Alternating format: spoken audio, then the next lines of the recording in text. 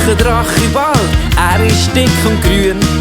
Seine Zähne sind gelb, aus seiner Nase kommt Feuer. Er wohnt tief im Drachenloch, im vulkanischen Bett.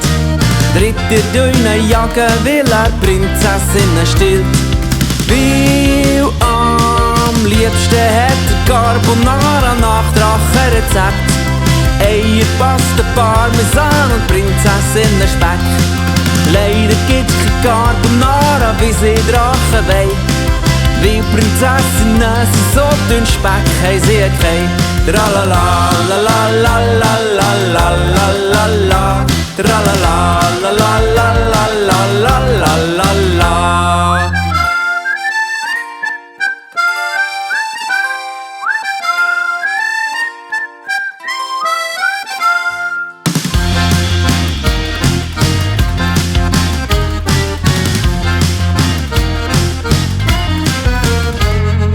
Ritter kommt zum Drachen, schreit, lass Prinzessin frei. Nimm sie nur, meint der Drache, die macht mir keine Freude. Ich muss fort, meint jetzt der Drache, zum Nordpol flüge ich. Dort ist der Sammy Klaus, der ist nicht so dünn.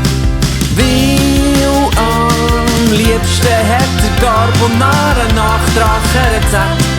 Eier, Pasta, Parmesan und Prinzessinnen-Speck. Leider gibt's kein Carbonara, wie sie Drachen wollen. Weil Prinzessinnen sind so dünn Speck, haben sie kein Tralala, la la la la la la la la la. Tralala, la la la la la la la la la. Tralala, la la la la la la la la la. Tralala, la la la la la la la la la.